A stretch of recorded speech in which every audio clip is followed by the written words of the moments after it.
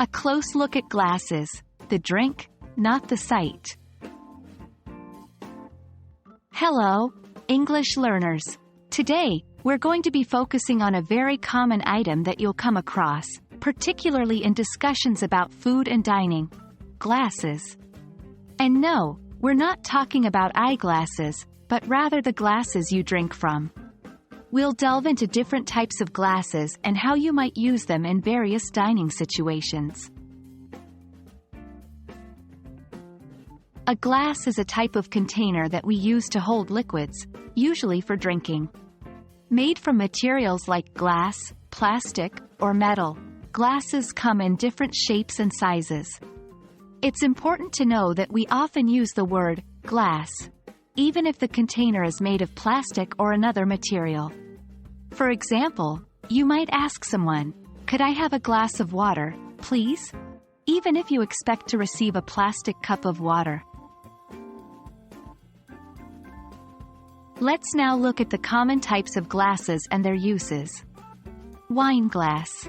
A wine glass is a type of glass that is specifically designed for drinking wine. It usually has a long stem and a bowl on top.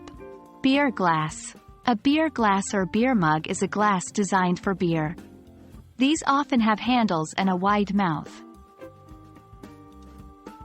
Cocktail glass. Cocktail glasses come in all shapes and sizes.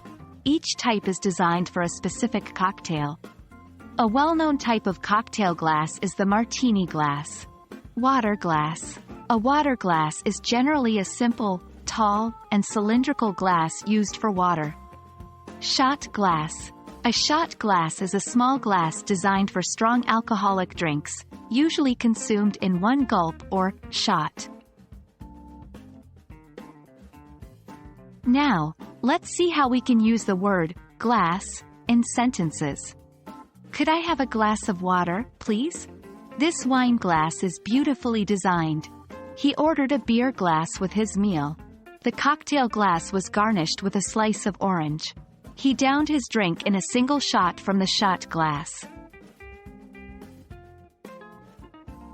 That's a quick overview of glasses in the context of food and dining. Remember, context is key.